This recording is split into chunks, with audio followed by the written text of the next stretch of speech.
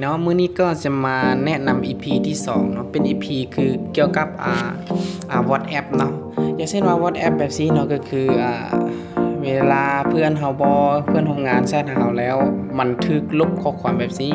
เฮาจะมีวิธีแก้ไขกันแบบใดเนาะเฮาสามารถแก้ไขข้อความตัวที่ถูกลบแล้ว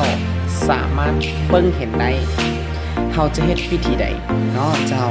เพื่อเป็นการซักษาเสียเวลาเฮามาเริ่มกันเลยเนาะเจ้าเนาะให้หมู่เพื่อนเขาโปรแกรม Quiz ตัวนี้เนาะไปโหลดแอปชื่อว่า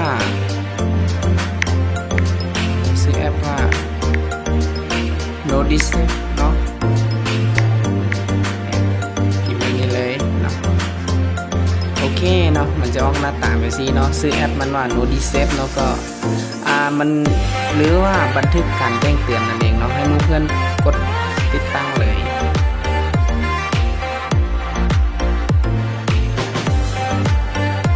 ให้หมู่เพื่อนกดติดตั้งแอปตัวนี้เลยเนาะตัวนี้เนาะให้หมู่เพื่อนไปคลิก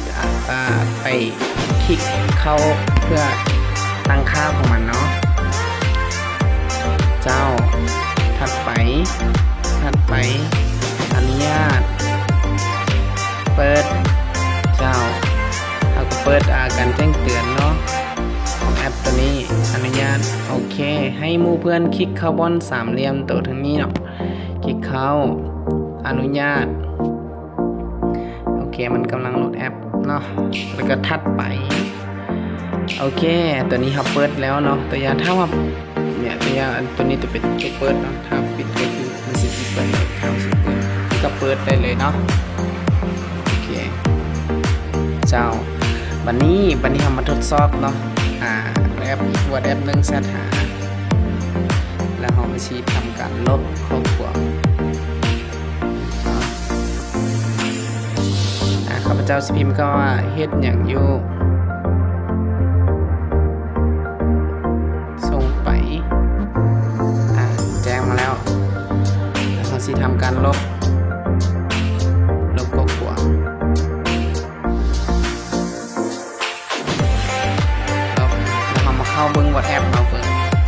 เห็นว่ามันจะถึงลบข้อความเราบ่สามารถเบิ่งเห็นได้เราสิเข้าไปตัวใดเข้าตัวนี้เลยเนาะแล้วเรามาเปิดแอปตัวนี้ขึ้น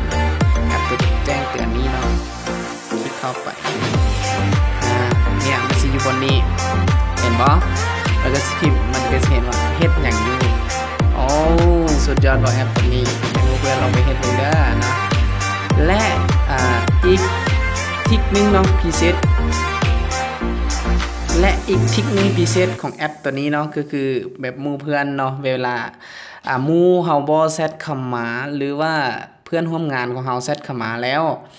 เฮาบ่อยากเบิ่งแน่นอนเวลาเฮาเข้าไปเบิ่งปึ๊บเนาะมันจะมีใบติ๊ก2ติ๊กเนาะถ้าว่าเฮาส่งคนที่เขาเบิ่งเฮาแล้วมันจะมีติ๊กสีฟ้า2ติ๊กนี้เนาะ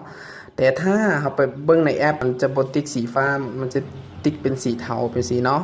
เห็นบ่ความพิเศษของแอปตัวนี้ลองหมู่เพื่อนลองไปใช้